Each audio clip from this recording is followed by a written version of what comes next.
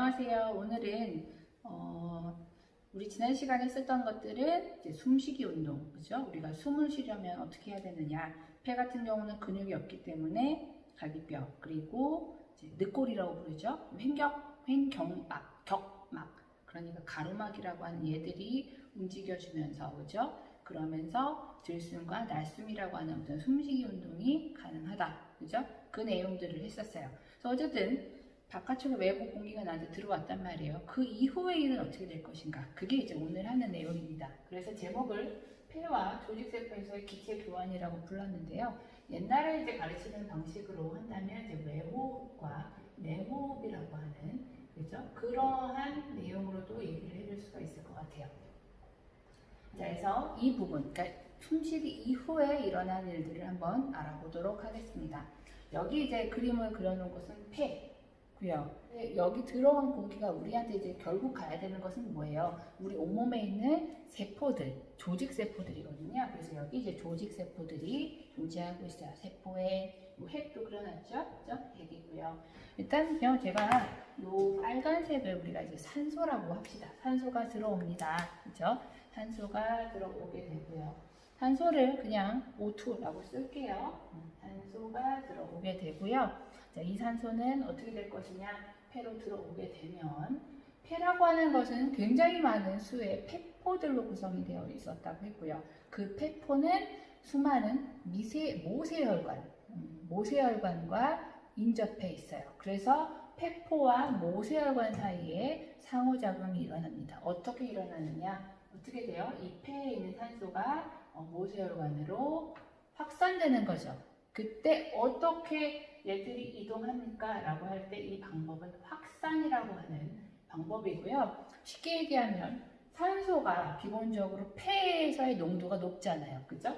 대신에 모세혈관에서의 농도는 상대적으로 낮겠죠. 그러면 물질은 농도가 높은 쪽에서 낮은 쪽으로 자연스럽게 이동을 한단 말이에요. 그게 확산이었죠. 그죠? 예를 들어 물에다가 잉크를 타면 잉크의 농도가 높은 쪽에서 잉크의 농도가 낮은 쪽으로 잉크는 점점 퍼져나갑니다. 자연스러운 현상이거든요. 그래서 에너지 사용하지 않는 그 자연스러운 방식으로 산소가 이동을 하는 거죠. 자, 그렇게 되면 이 산소는 어떻게 될 거예요? 계속 움직이게 되겠죠. 이때 이 산소가 많은 이 혈액을 우리가 무엇이라고 이름 붙였었냐면 동맥혈이다 라고 얘기를 했었던 것 같아요. 산소가 많은 피, 그죠? 동맥혈의 상태로 흘러가서 어디를 갈 거예요? 또 이제 이동을 할 때 조직세포와 산소가 이제 필요한 조직세포와 인접한 모세혈관 쪽으로 이동을 하게 되겠죠. 자, 그때 조직세포는 어때요? 상황이 산소가 부족해요. 얘들은 산소가 필요한 애들이거든요. 산소를 다 써서 부족하기 때문에 얘는 어떻게 돼요? 자연스럽게 확산될 겁니다. 그죠? 확산에 의해서 조직세포로 이동을 하게 되겠죠. 그래서 얘는 사용하게 되겠죠. 자, 이번엔 이산화탄소입니다. 이산화탄소는 어떻게 될까요? 이산화탄소가 일단 농도가 제일 높은 쪽은 어디예요?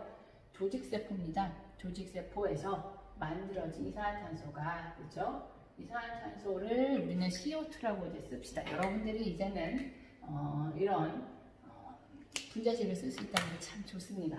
이산화탄소가 만들어질 거예요. 이 만들어진 이산화탄소는 어떻게 될 거예요? 당연히 이제 이동을 해서 몸 밖으로 빠져나가야 되는데, 혈액이라고 하는 곳은 기본적으로 이산화탄소 농도가 얘보다는 낮아요. 그렇죠? 당연히 조직세포는 이산화탄소를 많이 만들었을 것이고, 혈관보다는 확실히 좀 얘가 이산화탄소가 훨씬 많겠죠. 그래서 이산화탄소가 많은 쪽에서 적은 쪽으로 이동을 하게 됩니다. 이 과정도 역시 어떤 과정이에요? 확산이라고 하는 과정을 통해서 이동을 하고요. 그것이 이제 이동할 때 이 이산화탄소를 많이 가지고 있고 산소는 부족한 이런 혈액을 우리가 무엇이라고 해요? 정맥혈이라고 하죠. 정맥혈의 형태로 이동을 하여 어디까지 가요? 결과적으로는 폐의 모세혈관 쪽으로 갑니다. 이건 폐 쪽 모세혈관이죠. 자, 그럼 어떻게 돼요? 다시 이 폐와 이제 이동을 하게 되는데, 폐와 모세혈관 이쪽을 비교를 하면 모세혈관 쪽 이산화탄소가 상대적으로 많고 폐 쪽은 이산화탄소가 상대적으로 농도가 작죠. 그럼 어떻게 될 거예요? 얘도 마찬가지로 자연스럽게 확산에 의해서 이산화탄소는 폐 쪽으로 이동을 하게 되고, 그것은 다시 어떻게 돼요? 바깥으로 나가죠. 날숨이라고 하는 과정을 통해서 나가는 그런 형태가 되겠죠. 그죠? 자, 그럼 일단 정리를 해봅시다.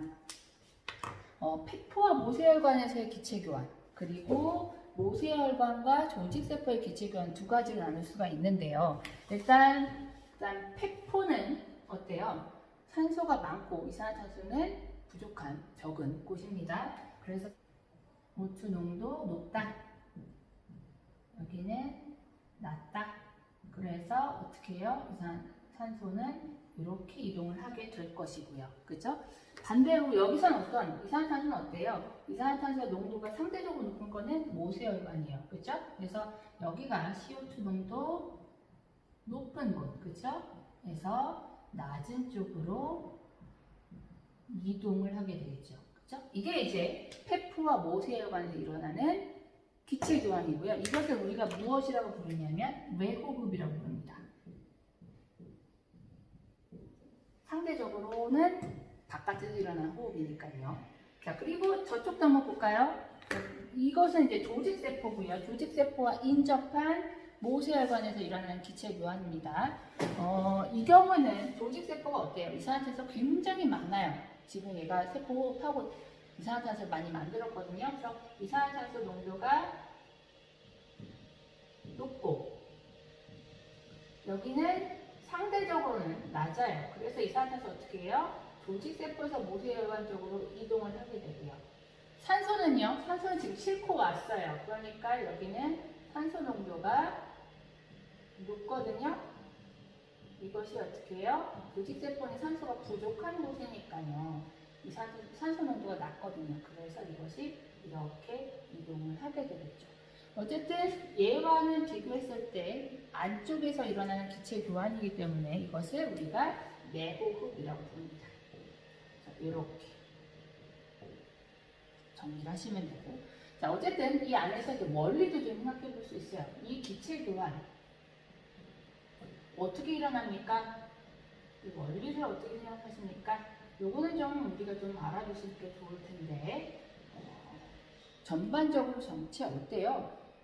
내가 들여 마신 호흡 산소와 이산화탄소를 내가 조직세포로 보내고 조직세포에서 다시 내보내는 과정에서 에너지를 쓰진 않았어요. 특별히 내가 뭐 소환 에너지나 뭐 좀 그런 걸 사용한 게 아니고 그냥 자연스럽게 농도가 높은 쪽에 산소는 이쪽 농도가 높으니까 점점 낮은 쪽으로 전달되어 온 것이고 이산화탄소는 조직세포가 제일 높으니까 점점 농도가 낮은 쪽으로 자연스럽게 전달이 되어 온 거고, 그죠?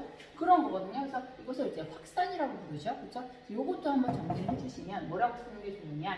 그러면 기체의 농도의 차이.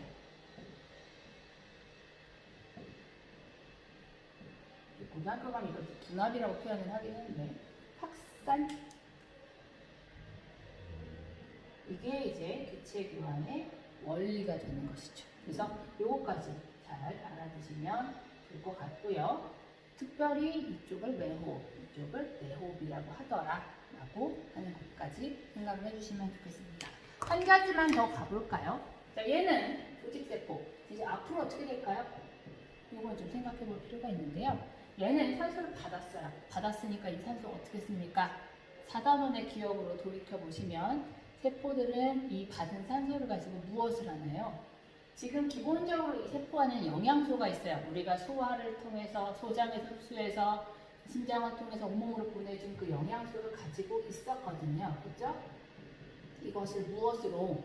산소라고 하는 강한 기체를 가지고 부셔서 영양소에 포함되어 있는 그 공유결합 속에 숨어있는 에너지를 뽑아내고 이것을 뭐라고 해요? 우리가 이제 삶에 쓸 것이기 때문에 생활 에너지라고 표현을 했죠. 에너지를 뽑아내고 보이나요?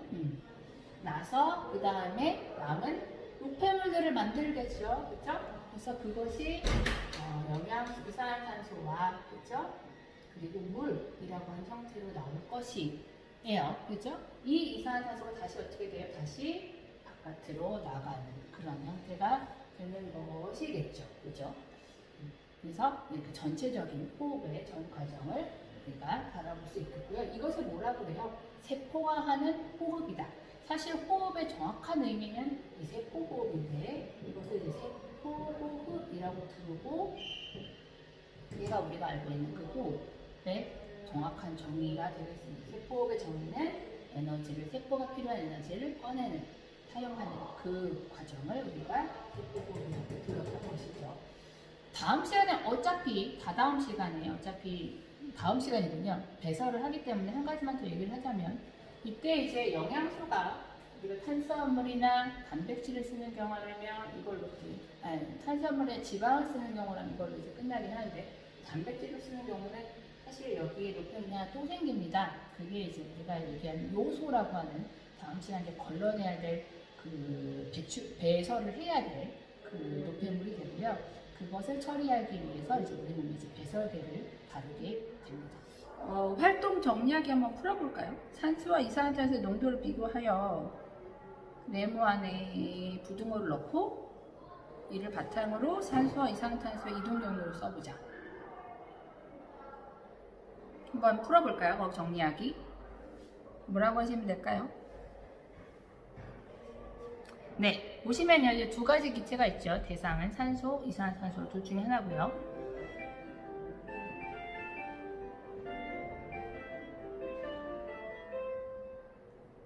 (3학년이) 왔어요. 여러분들 이제 만날 날들이 이제 다가오는 것 같아요. 자, 기체의 농도를 비교를 하자면 산소의 경우는 폐포가 제일 높죠. 부등호로 한번 그려보세요. 이산화탄소는 조직세포가 제일 높습니다. 부등호로 그려보세요. 자, 그러면 기체의 이동 경로는 어떻게 될까요? 여러분들이 한번 채워보시면 되겠습니다. 어렵지 않죠? 이것들은 전부 다 순서에 따라 논리적으로 정리를 하시면 되겠습니다. 자, 마지막으로 정리하기 해보겠습니다. 1번입니다. 들숨이 일어날 때 갈비뼈는 어떻게 되나요? 전체 다 정리네요. 갈비뼈는 어떻게 돼요? 들숨일 때는 내 안에 공기가 들어와야 되니까 내 내부가 압력이 낮은 상태여야 높은 데서 낮은 쪽으로 들어오는 거죠. 그래서 내 내부, 그러니까 흉곽 내부의 압력을 낮추려면 공간이 커져야 돼요. 그래야 압력이 작아지죠. 그래서 갈비뼈는 올라가고 횡격막은 내려가는, 그래서 흉곽의 크기를 크게 하는 그런 전략을 쓰고 있어요. 날숨은 반대겠죠. 지금 한번 돌이켜 보세요.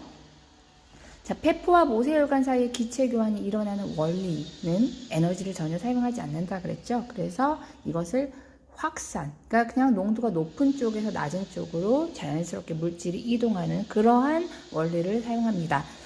자, 폐에서 산소와 이산화탄소는, 그러니까 이걸 봐야겠군요. 폐포에서 모세혈관으로 이동하는 그 애는 누구예요? 산소고요. 이산화탄소는 반대로 모세혈관에서 폐포 쪽으로 이동을 하게 되겠죠. 그것도 한번 순서대로 잘 따져보시기 바랍니다. 호흡기에 대해서도 끝이 났습니다. 너무너무 수고하셨고 배운 내용 잘 정리하시고 우리 곧 보도록 합시다. 수고하셨습니다.